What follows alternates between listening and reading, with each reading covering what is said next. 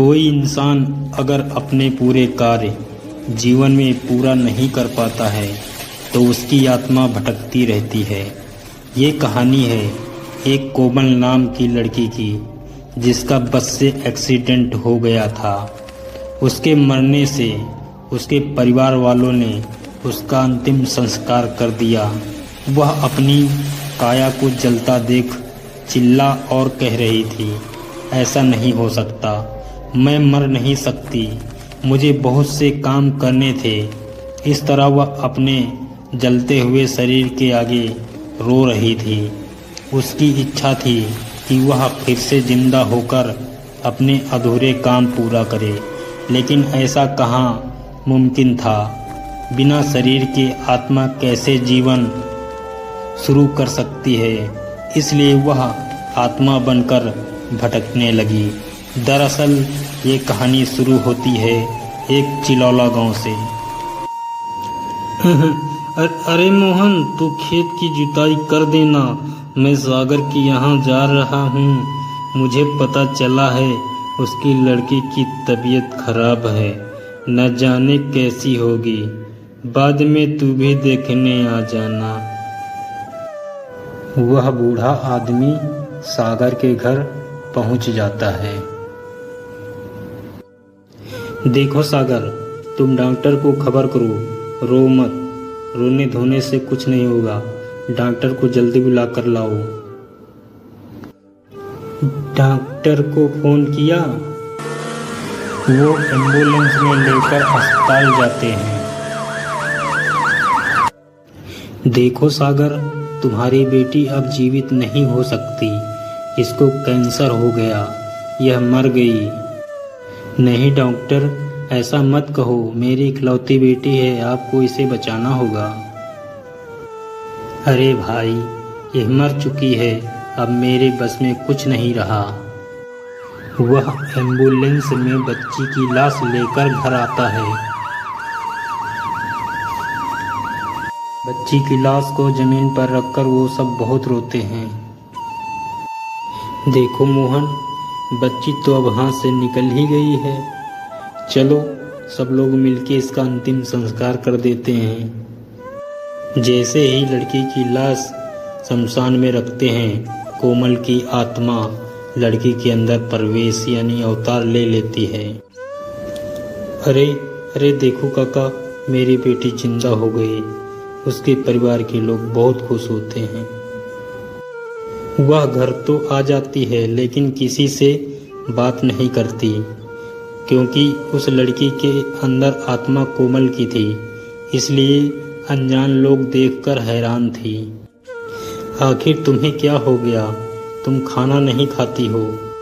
देखो मुझे परेशान ना करो, मुझे शांति से रहने दो। हमको तो लगता है बेटी के अंदर किसी भूत प्रेत का साया है। तुम ऐसा करो, कल इसको अपने गांव हकीम को दिखा के लेके आओ। वह अपनी बेटी को लेके अपने गांव जाती है। हकीम के गांव आने पर वो लड़की एक लड़की को देखकर चौंक जाती है और उससे कहती है, अरे दिव्या, तुम यहाँ कैसे? वो बच्ची उस बैठी हुई लड़की से कहती है, तुम कौन हो? तुमको मेरा नाम कैसे मालूम है? और तुम मुझे कब से जानती हो? मुझे अभी बताओ। अरे तुम मुझे नहीं जानती हो? मैं तुम्हारी सहेली कोमल हूँ। मेरा बस से एक्सीडेंट हो गया था। इतना कह के वह आगे निकल गई। उस छोटी बच्ची की बात सुनकर दिव्या हैरान हो गई और सोच रही थी, ऐसा कैसे हो सकता है? आखिर एक आत्मा दूसरी शरीर के अंदर कैसे प्रवेश हो सकती है? खैर वो ये बात उसके घर वालों को बताना चाहती थी, इसलिए उसने मन बना लिया कि कल सुबह मैं इसके मम्मी पापा को खबर ज़रूर देने जाऊंगी। दूसरे दिन वह सुबह सुबह ही घर से निकल जाती है और चलते चलते उसके गांव पहुंच जाती है।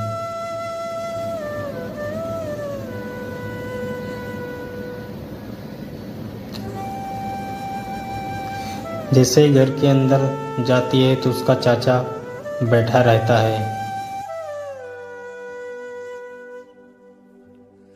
जानते हो चाचा, आपकी बेटी ने जन्म फिर से ले लिया है। एक चिलौला गांव है, उसमें एक छोटी बच्ची थी जो कैंसर से मर गई थी, लेकिन उसके शरीर के अंदर उसने प्रवेश ले लिया है और वो जिंदा हो गई है। वो हमसे पूरी बात बताई और मुझे पहचान गई। उसने खुद मुझे, मैं मामा के यहाँ घूमने गई थी और दरवाजे पे बैठी थी तो उन्होंने, आपकी बेटी ने मुझे खुद अपनी तरफ से पुकारा और मेरा नाम लिया। उसने पूरी कहानी हमको सुनाई तो मेरा मन किया मैं आपको बता दूं आके। क्या कह रही हो दिव्या? मैंने कहा था मेरी बच्ची एक दिन लौट के ज़रूर आएगी, मुझे उससे मिलना है, मुझे लेके चलो जी उसके पास। अपनी बेटी से मिलके बहुत खुश हो जाऊंगा, अभी जा रहा हूँ मैं। वो तीनों मिलने के लिए चले जाते हैं। अंदर आइए आंटी, अपनी बेटी को देख लीजिए। मेरी प्यारी बच्ची, तू फिर से लौट आई है। अगर मुझसे कोई गलती हो तो मुझे माफ़ करना। मैं तुझे बचा नहीं सका, डॉक्टर के पास लेके गया था लेकिन तेरे प्राण निकल चुके थे।